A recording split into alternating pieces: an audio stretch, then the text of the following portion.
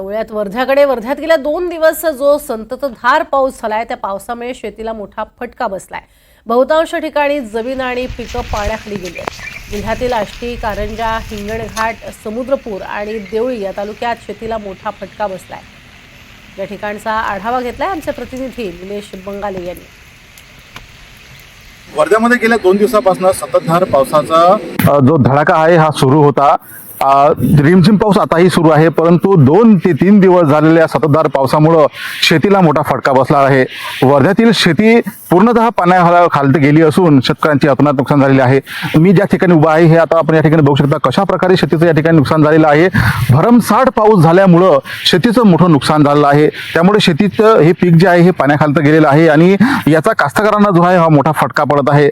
सगळं पाणी सुरू झाल्यामुळं त्या ठिकाणी जे प्रकल्प आहेत ते प्रकल्प मोठ्या प्रमाणामध्ये भरून गेलेले आहे। मग त्याच्यामध्ये धाम प्रकल्प असो तो सुद्धा 64% भरलेला आहे। त्याच्यामध्ये दुसरं जर आपण दहेगाव गोंडीचा लघु प्रकल्प असो तो सुद्धा या ठिकाणी 100% भरलेला आहे। आणि आपण जर मदन उन्नड प्रकल्पाचा कारंजा तालुक्यातील जर विषय घेतला तो 100% भरलेला आहे।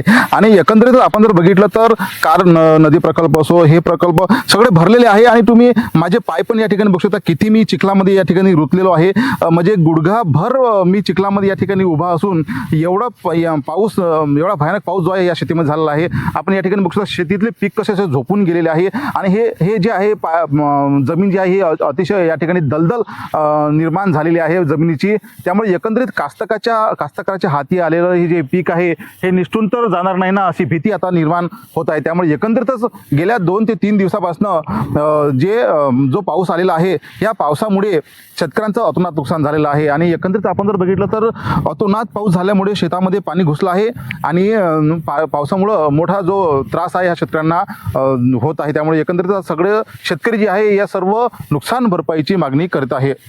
Cameraman भूषणसह Nilesh बंगाले, NTTV Marathi, Wardha.